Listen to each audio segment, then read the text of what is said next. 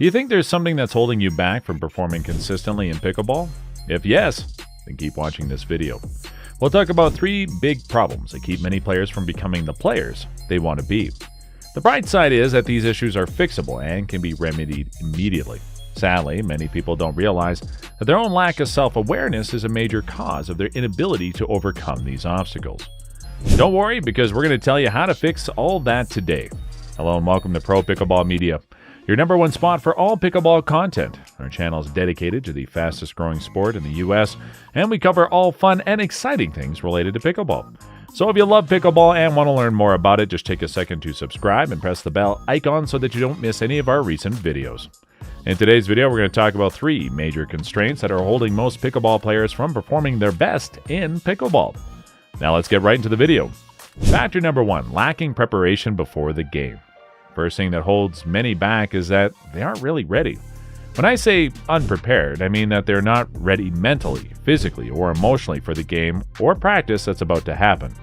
There's a lot of things to think about during a pickleball game or practice, like the weather, the speed and spin of the ball, your opponent's shot, your footwork and shot, and so on. If you're not 100% there, it's likely to be a problem, especially if you're playing or drilling with people who are stronger or well-matched.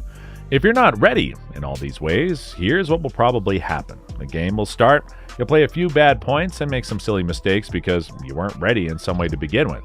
Then that will make you mad, so you'll play a few more bad points. You'll start to feel bad because you're disappointing your partner, which probably won't help you play better. So a few more points are gone. Before you know it, the whole game is over and you're mad at yourself because you're so much better than how you just played. Do you recognize it? I'm sure it does, since it happens all the time, often enough for many of us. The truth is that you've already lost before the game even began. There's a lot of things that can cause this, but most of them fall into one of 3 categories. You weren't ready for this game or drill session, either mentally, physically, or emotionally. Maybe you didn't get enough sleep, or maybe you didn't drink enough water, or maybe you didn't eat enough during the day. Any of these things will definitely slow you down and catch up with you during a game.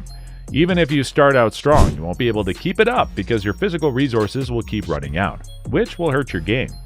Maybe you got into a fight with your spouse's friend, a coworker, or your kids on the way here, and you're feeling upset. This makes it hard for you to focus because you're worried about what will happen. You might come to this game with a bad idea of how it will go because your opponents are strong.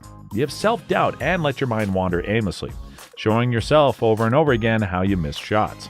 This makes you feel like a loser before you even get to the court. If you have an important game coming up, whether it's for fun or for money, it's important to get into good habits in these areas so that you can do well in games and play of any kind. Things like making sure your bags have everything you need the night before, getting enough sleep every night, staying hydrated, eating regularly, and bringing snacks with you. Since these things add up, it's important to keep working on them all the time, not just the night before or the day of. You have to do these things every single day. If you're dealing with something emotionally or in your day or life that can't be fixed right away, like many of us do, recognize it ahead of time and decide to put it out of your mind for now.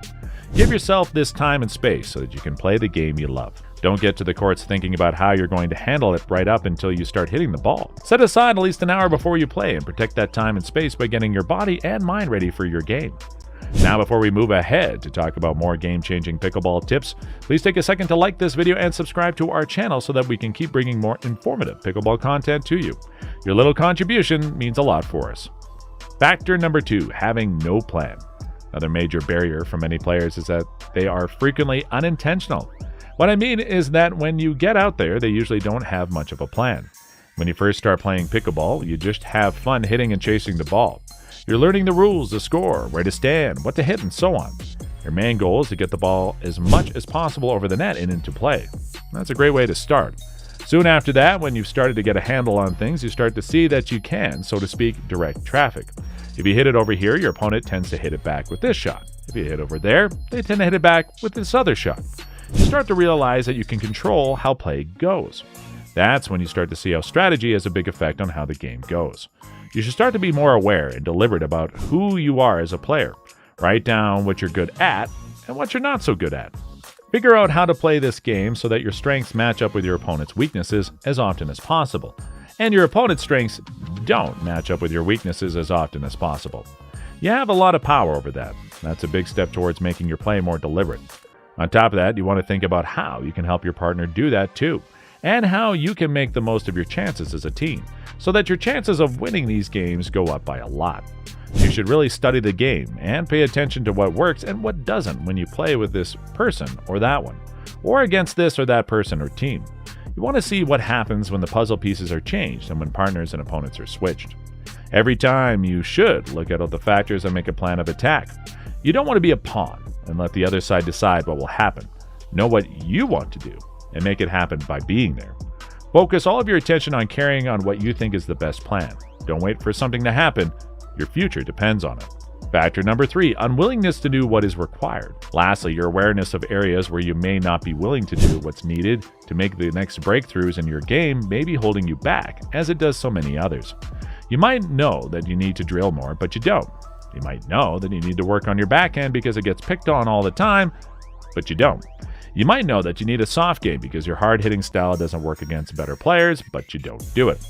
If you want to become the best player you can be, you have to make the time to do the things you know you need to do to get better.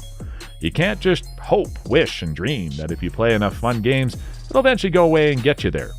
There's no way that'll happen. You have to be willing to do the work and pay the price. You can't get away from that in life or in pickleball. Willingness is what really ties all these limits together. Are you willing to be ready physically, mentally, and emotionally when you get to the court? Every day you need to set aside time and space to make sure these things are in order. Are you willing to have a plan for each game that will have to change depending on who you're playing with and against? Are you willing to take an honest look at your game and work on what needs to be worked on? If you want to get better, you have to be ready to do the things that will help you get there. It's okay if you don't really understand what these things are. Are you willing to hire a coach to help you along the way? And most of the time, if you want to do something, nothing can stop you. Be ready, know what you want, and be willing. This will help you take your game to new heights.